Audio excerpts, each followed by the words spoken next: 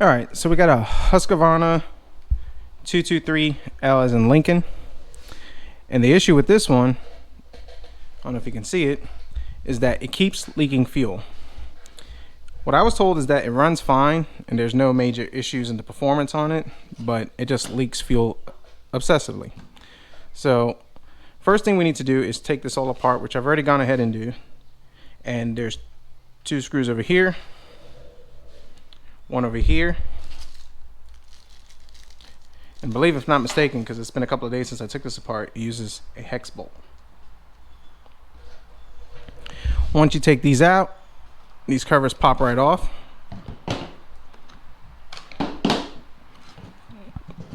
And then our fuel tank is right on the bottom, and this comes right out. As you can see, let's get you some light. This thing is heavily coated in fuel.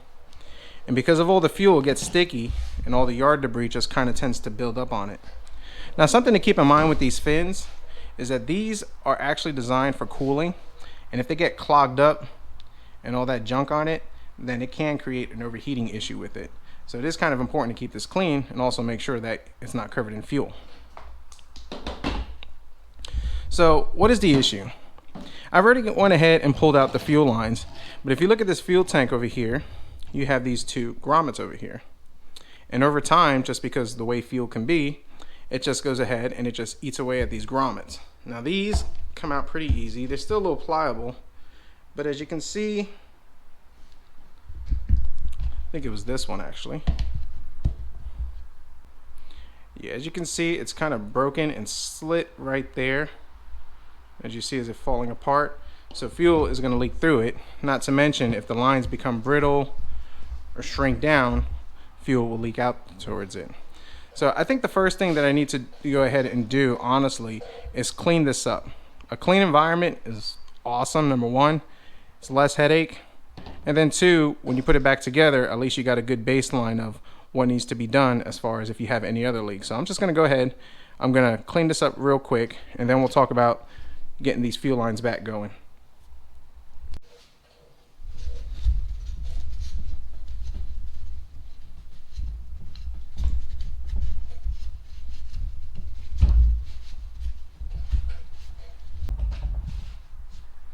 Brake part cleaner.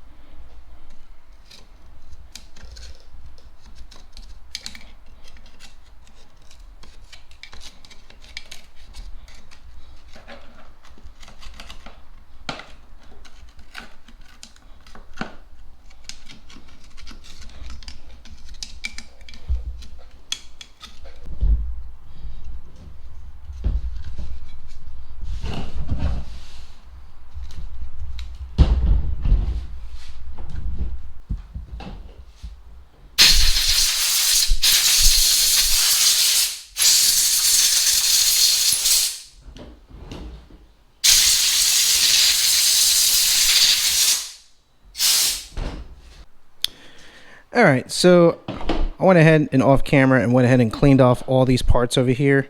Got off all that goop and junk.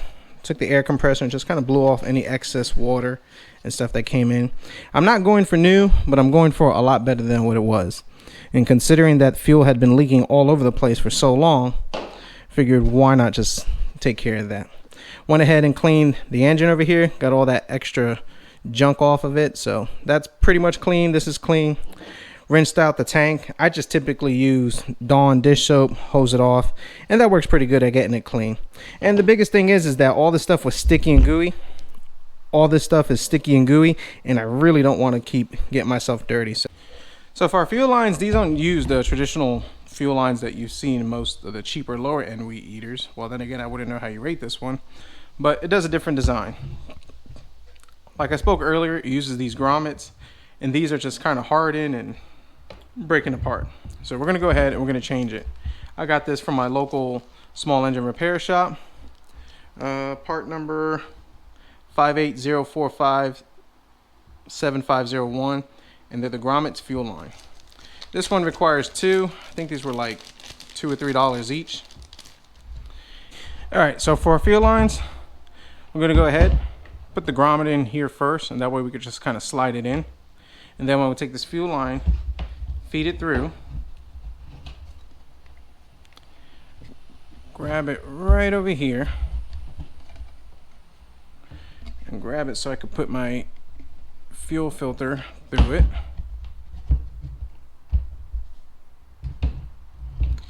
I'm going to take my filter, slide it through.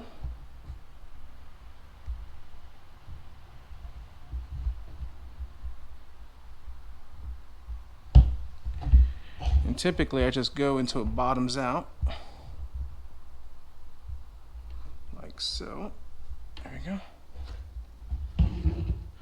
Pop you back in.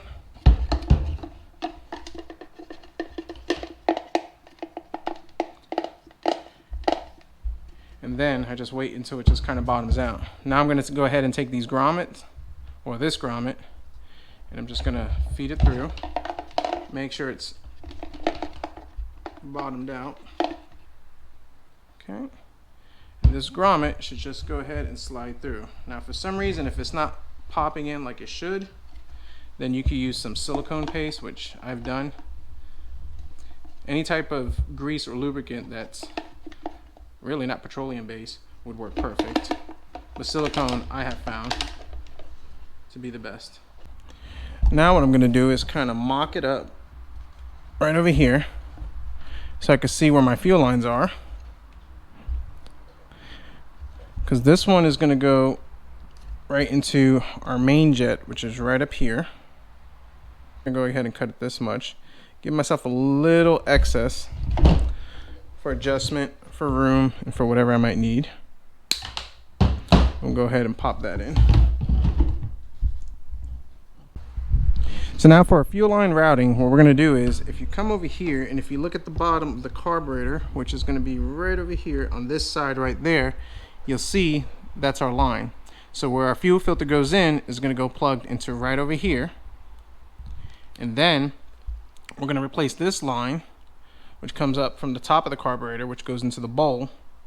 And then our return from the tank is going to go right into there. So I'm going to go ahead and cut this one, which I've already done, and have this ready for that. And I'm going to run my next line for my primer bulb. I found that for this, usually about a 1/2 inch to 1/4 of an inch, but a little excess doesn't hurt. So I'm just going to go ahead and pop that in right there. Our fuel lines are ran, so now we could go ahead and start mounting it on our engine. So now this doesn't have to be mounted in perfect as of yet. All we're doing is just doing a mock so we can get our fuel lines right. Now I probably did reverse the order of this, meaning that I should have put this line on this side because it's closest to over there.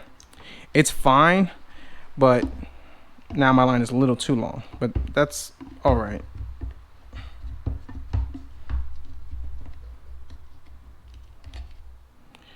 And this is just so I could kind of get an idea of how much I need to cut off, which I think about this much should be fine.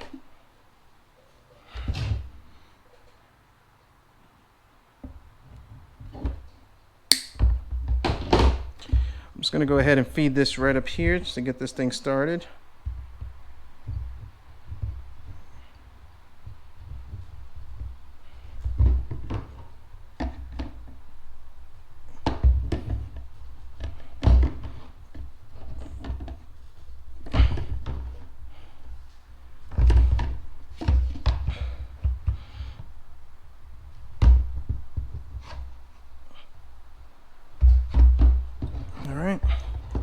Now that's in.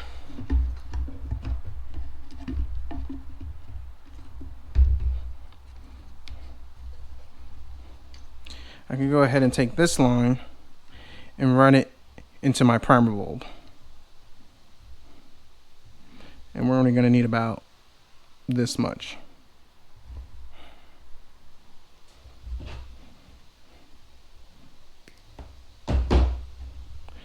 Now, if you have too much excess line, kind of keep in mind of it, because you don't want it to get caught up in linkages or be touching hot components of the engine. So just make sure that you cut enough that you need, but not too much or it interferes with something.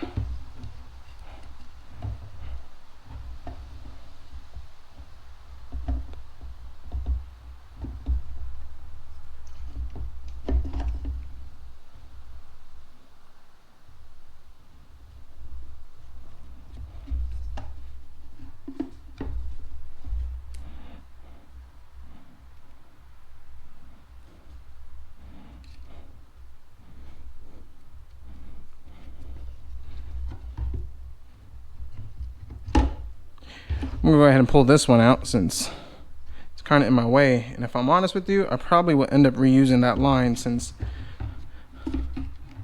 it feels fine. Okay.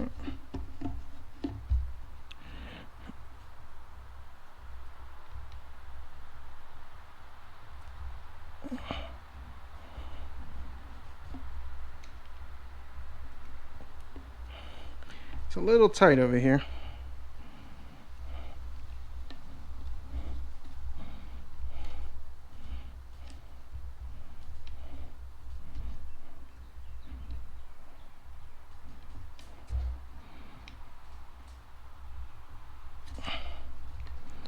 Let's pop you in right over there.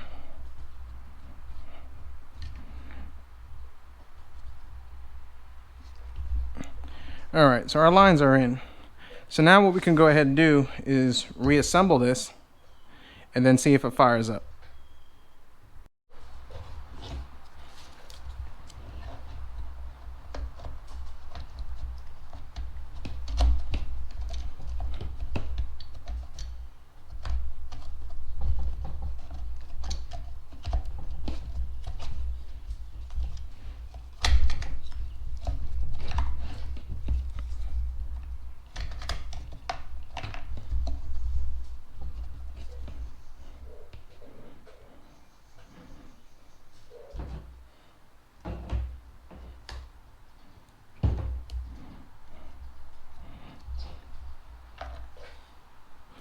What I'm going to do is I'm going to go ahead and just put these screws on loosely to hold the fuel tank in place.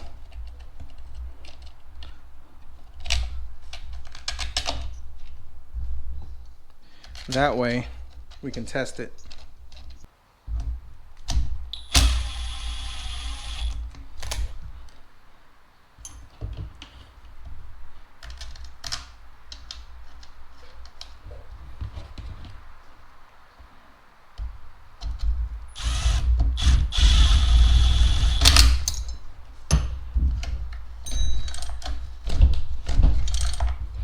All right, that seems to be working. Everything seems to be pretty good. I'm gonna double check my lines, make sure everything is in and kind of tucked as need be. So I'm ready to go ahead and add some fuel. And let's see how this thing runs. Now I just thought about this. Before we do anything else, I actually want to check this air filter over here. So this is a 5/16. It comes right out. And as you can see, we got a little bit of debris.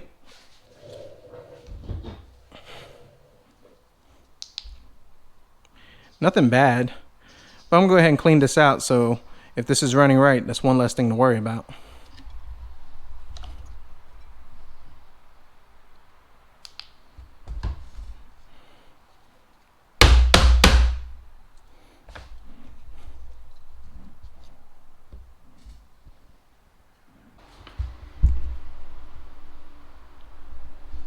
Pretty clean in there.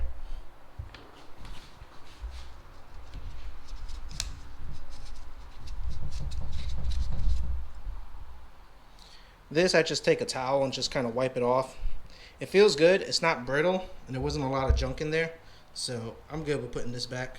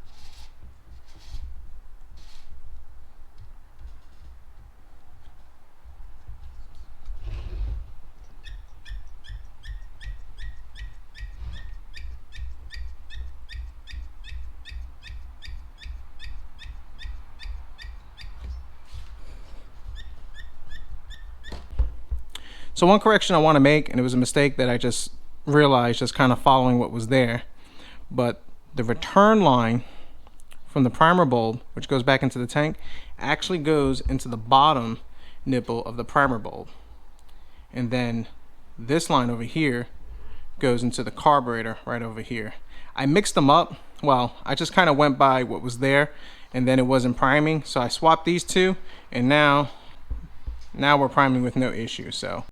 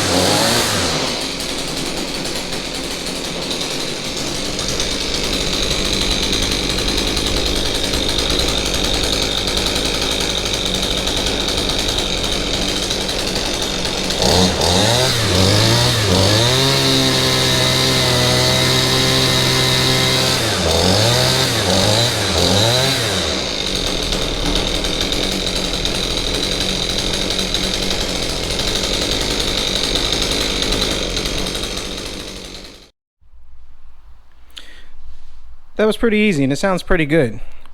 This one was running fine. The only issue that it had was the fuel lines, as we talked about in this video. So it makes no sense to go ahead and try to tune it or do anything else, as the customer had no complaint with it. So I'm just going to leave that alone. And if for some reason it starts bogging down or anything, which it shouldn't, then we'll address it. But right now it sounds good. Fires up pretty much immediately. And when you give it full throttle, it sounds pretty nice. For the most part, this was pretty easy to work on. A little tricky to kind of put this fuel tank back together as it kind of lines up, but overall not too bad. Fuel lines, you just got to get those little grommets and make sure you have the thicker fuel lines to feed in. And like I talked about, make sure you don't mix up those hoses. So kind of recap, the return hose from the bulb goes into the tank, and from the tank it goes into the long nipple of the bulb, and then the carburetor one goes into the short nipple of the bulb, and then of course the fuel filter goes into the carburetor on the bottom over here. So it's pretty easy and nothing too bad. Cleaning the fuel filter, the air filter was a bonus and just preventative maintenance. And of course, anytime you mess with the fuel lines, you might as well just put in a new fuel filter. That fuel filter works fine. It should be good. Customers should be happy.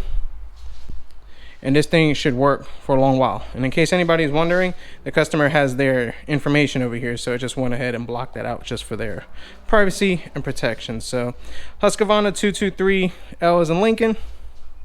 Pretty cool, works good. Glad it's done. So hope you find this video informative. Thanks for watching. and let's see what we fix next.